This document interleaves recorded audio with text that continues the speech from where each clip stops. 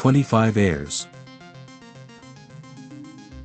The 25 Heirs were a group of biologists and sociologists, and when the need for a standardized time throughout New Eden was identified, they claimed that the only measurement worth considering in a spacefaring age was that of the human body.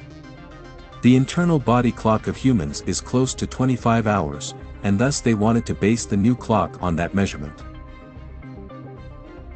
Origins. The 25 Heirs was a small Galenti grassroots organization led by an energetic young man by the name of Rosol, although he preferred the pseudonym The Astrologer. Through the efforts of The Astrologer, the 25 Heirs gained great public support, spurred on by the surprisingly big network put into place by The Astrologer. They lost the campaign to have the 25-hour clock introduced at the Yoyle conference to the traditionalists. Post-Yoyle activities. After the Yoyle conference, Rosol decided to use his group's influence for other causes. At that time, spaceship owners were required to pay huge amounts of money each year for their ship license. This was something that all the empires enforced as it provided a good deal of income for them, along with ensuring that only the cream of society could afford to be in space business. Of course, this also hampered space trade and made it difficult for the average Joe to get into the business. The Astrologer and his organization, still called the 25 Heirs, started lobbying for a change in the legislation. Since Concord was responsible for issuing ship licenses and collecting the license fees, it became the target of the demonstrations organized by the 25 Heirs. At first Concord ignored the protests, but as they became more serious it began taking notice.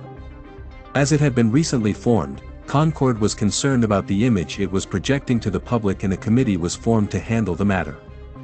As is often the case, things dragged on for months.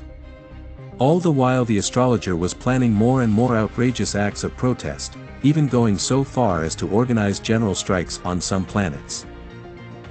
The icing on the cake came during the first New Year celebration, celebrating YC1, at the headquarters of Concord. The Astrologer then managed to infiltrate the station's defense perimeter with a lone, unmanned cargo ship filled with explosives, which he then promptly detonated outside the station in plain view of many of New Eden's most prominent people. The Astrologer was careful not to blow the ship up so close as to injure any of the guests, but his message was heard loud and clear. 2 months later, new Concord legislation abolishing the license fees was passed by all the member states. Later years. The Astrologer, now a fugitive after his stunt, quickly became a living legend. The 25 Heirs organization was dismantled and the Astrologer lost his status as the champion of the people. But his name is not forgotten, nor that of the 25 Heirs, and every now and then a new group is formed somewhere in the world of New Eden, proclaiming itself as the successor of the old 25 Heirs, dreaming of reliving the times when the little men defeated the big guns.